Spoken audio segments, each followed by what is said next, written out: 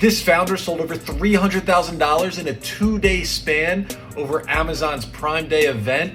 His name is Will, and he is the CEO and founder of IQBar, which has a range of protein bars, instant coffees, and hydration mixes, all meant to support brain health and brain function. He's today's guest on Peaks and Valleys, and get ready to take away some gems from his story.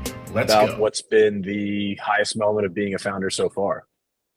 Like that Highest peak, moment. like the pinnacle for you. It's an interesting question because there's legs of the journey, and even things that are like smaller absolute wins, maybe not high dollar wins. In that moment, in that stage of the journey, was just so massive. And then as you get later on, you know, that massive thing is a bigger absolute thing. But so I would say I have a couple in each stage, but I'll just pick one. We were doing, so there's this question always in like a CPG entrepreneur's mind of, can I make a product that's truly gets to the mass market? Like it gets into millions of people's hands, and can I succeed at every level of the game? So if you have a website, okay, can I also succeed on Amazon? If you're big in e-commerce, can I succeed in brick and mortar? Okay, if I'm big in natural, can I cross the bridge to conventional? If I'm in conventional, can I cross the bridge of big box to club, blah, blah, blah.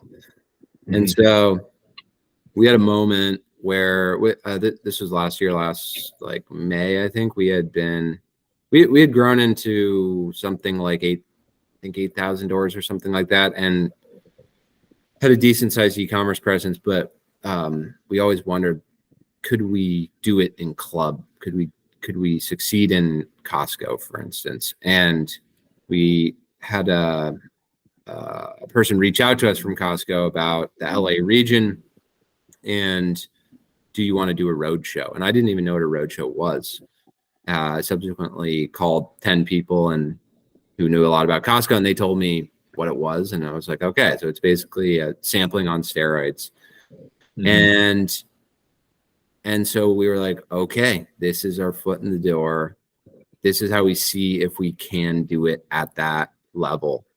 And so anyway, we got the locations, got the dates, and right away we were like, we want to do this. Like, our team wants to do it. We're not going to do half and half. It's going to be us, which was kind of crazy because there's only 6 of us. So on any given day, 2 locations, 2 people per location, like the majority of the entire company is going to be selling product in person on the floor. And so, yeah, we went out there, we got a big Airbnb, and we were doing like 11-hour days. No joke, like 9 a.m. to 8 p.m. on your feet, no lunch break. Of course, you could take a lunch break, but we were like, all right, we have to be selling at every possible moment we can be. And it was like a contact sport. Like we were in the aisle, like air traffic control, waving people. And anyway, I think I would just say, and some people did all 8 days. There was 4 days on, 2 days off, and then another 4 days on. And during those 4 days, there were 2 locations going at a time. I did all 8 days, and some people did 3 days, some people did whatever. And just at the end of that 8th day, it was like, it was so hard. And I mean, you said the same sentence more or less tens of thousands of times. But like, it was just it was like the combination of pure exhaustion of like climbing a mountain and like satisfaction, because we had done a really good job. We had exceeded our expectations. And just like sitting in the Airbnb couch after the 8th day, I think I was drinking like a Lagunitas or something, just like cheersing someone. And it's like, wow, that was, I think it was like the most physically difficult thing I've done in like a corporate context. And I think that's my highlight, that moment. Yeah, that's amazing. I mean, that like week, that stretch, those 8 days there, like that's like a magical feeling, right? Like that high that you have at the end. Like you said, like it's super tough, but like the reward from it. I feel like like obviously coming from how successful it sounded like it actually was, but just like regardless, like getting an opportunity like that and doing like every little bit that you can to like ensure that it will be successful, like not taking a lunch break, all of that. That just adds to like that, like the happiness at the end of it, I feel, right? Like, I don't know, like those like little, it's like, that's not little, but it's like those moments of magic that like continue to make you want to chase more moments like that. It was that. And then also, I never want to do that again. Yeah, it was like, exactly. It was great for what it was, but you do something really, really tough, and you're like, damn, I'm so proud and happy we did that. Also, I never want to do that again. Yeah, exactly. Like my friend ran a marathon. He was like, it was really cool. I had that goal, wanted to do it. That was great, but I'm not running another marathon. He's like, I did it. Like I'm done. I don't need to do that again. And so what did I feel like Costco has been like a big focus for you in terms of like in like the posts that I see you make and everything. A lot of it is very like Costco centric. Is that like your main channel and kind of focus right now? No, I mean, it's still, I don't know, maybe less than 20% of our business. So no, but it's a really, really big one and an important one and a big growth area. So it's really big for 2023 of like layering on doors and revenue and all that for this year. And then it's just sort of like conducive to sharing and talking about, because everyone shops at Costco and it's just like the stakes are really high and it's almost gamified. It's like you have to move a certain amount of volume to succeed, which is kind of true for other retailers, but it's just not the same. And, a little bit more ambiguity. Yeah, and it's in rotation. So it's like, okay, I have X amount of days to move Y amount of product. And it's just sort of, it's a different game than other games. So it's been a big one, but like no bigger than our focus on e-commerce or other retailers we're in or anything like that. When you go and you do that roadshow, like how's that set up? So like you were there for 8 days. So like the product, like do they cut you into the set like officially, but like just for that abbreviated time? No, like yeah. How does that work essentially? Yeah, you get 2 pallet spots and then you can kind of set it up how you want. You could have like a tent, you could have a table. We just did very basic table, 2 pallets of product behind us. And then you're selling down. So the pallets are like your backdrop. So we were selling down product and then we'd have to break down a box, take the product out, reform the box, re-put the box on the pallet to keep the structure. So at the end, we had like pallets of all empty master cases. And then you're merchandising it so it's 3-side shoppable. And we were selling 12 packs. Like we didn't make a custom pack for that roadshow. So it's just so different than like sampling. Let's say you then got your product in and you're sampling, the pallet's already there. When stuff sells down, you're not reboxing it and keeping the pallet integrity. It's just wildly different. I've never done anything like it. And then just selling in person, like you think of selling in person in terms of, I don't know. I always just thought of it on a smaller scale, but it's so many people and each sale is a big enough ring to where I think we sold like $70,000 of product in 8 days. Just 4 stores. Yeah. So that's awesome. Not a bad channel, right? And so, all right, now on the inverse, what has kind of been like the lowest moment of being a founder so far for you?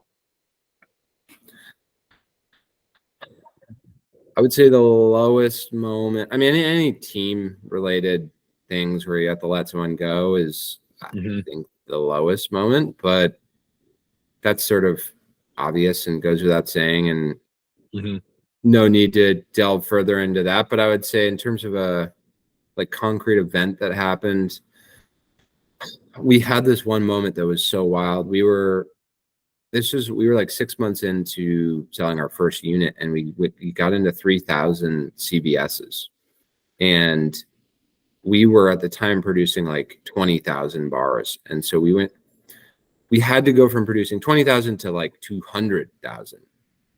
at a time, and which is just crazy. And we didn't know really anything about manufacturing then at all, but we had to find in the span of like 3 months, we had to find a new co-packer, because CVS is like, can you do it? And we were like, yeah.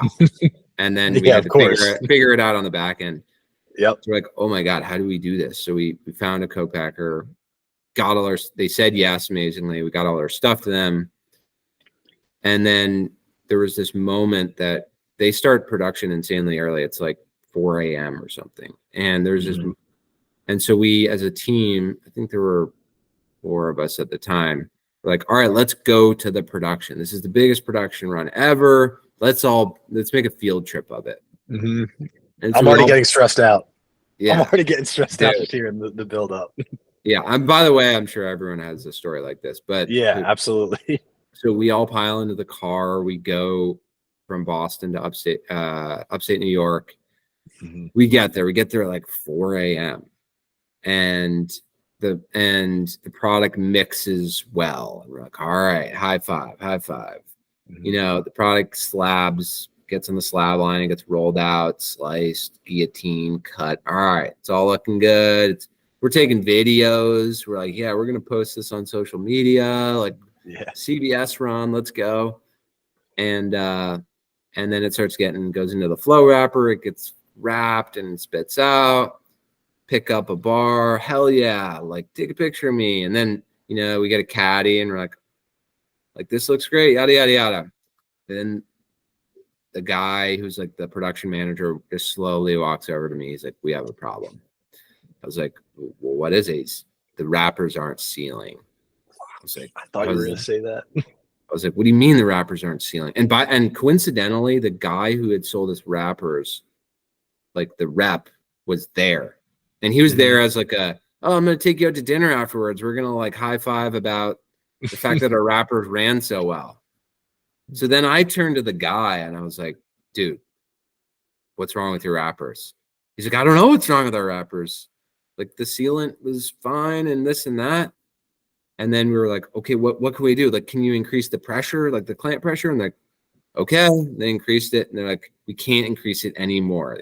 They take the bars, put it underwater, the bubble test, bubbles kept coming out. And it went from, and all our team was there. And we had just gone from filming everything like celebratory to like, oh my God, we're going under. Holy shit. And we had to deliver this order like in 2 weeks. Yeah. So what'd you do? Like, what was the solution? So we were like, stop the line. They stopped the line. We had to scrap the product, which in and of itself was expensive. Yeah. So, and then we were like, we need new wrappers and we need them like now. We need them printed and like overnighted. We called every wrapper company. We finally got one. They're like, we're like, we need this next week. And they said, okay, we can do it. We're like, done.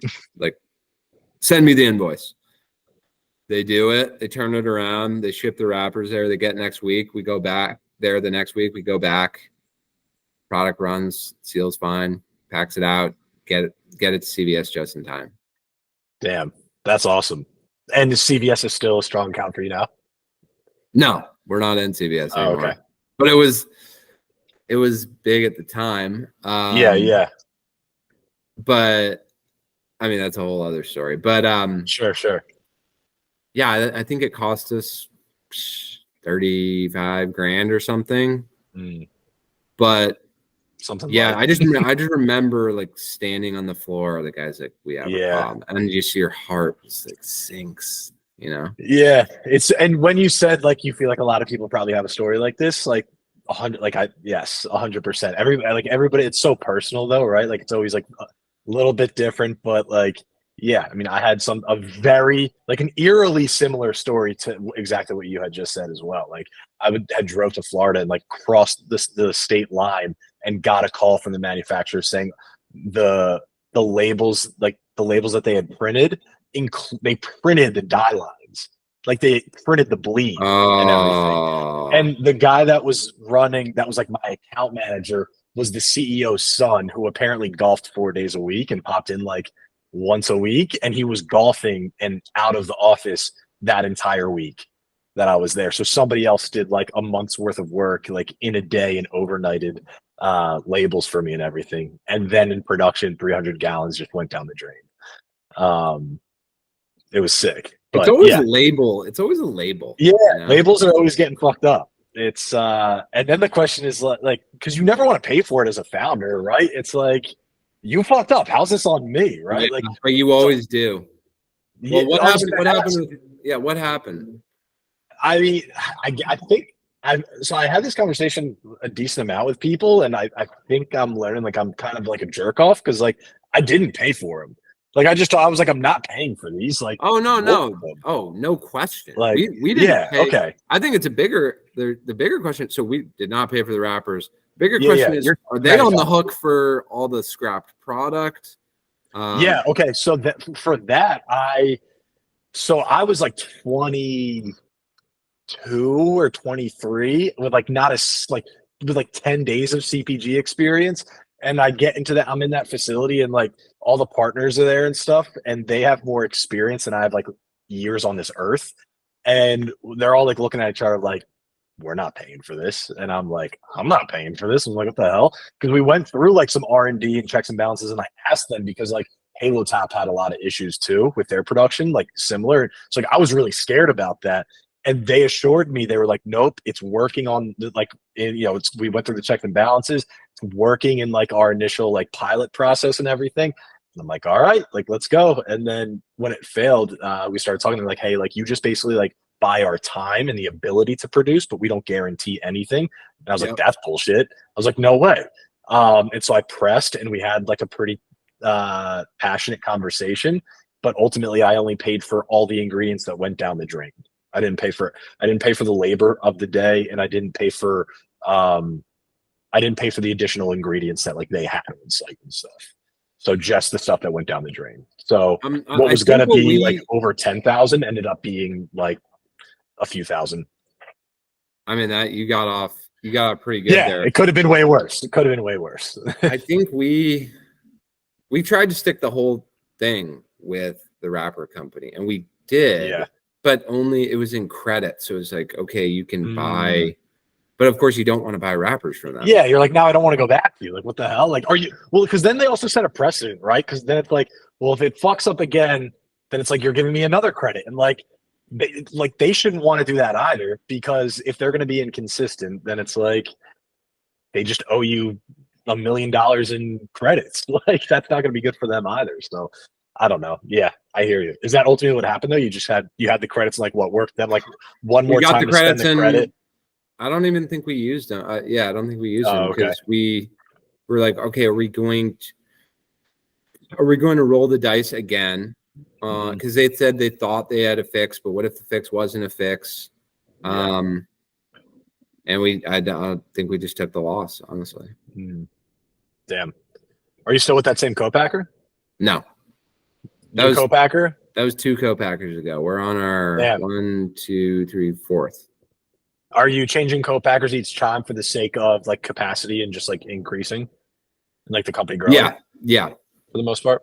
In the bar world, there's a lot of bar co-packers, and it kind of is the case that like once you get into new volume tranches, there's a better co-packer for you probably, or you can get lower tolling or whatever.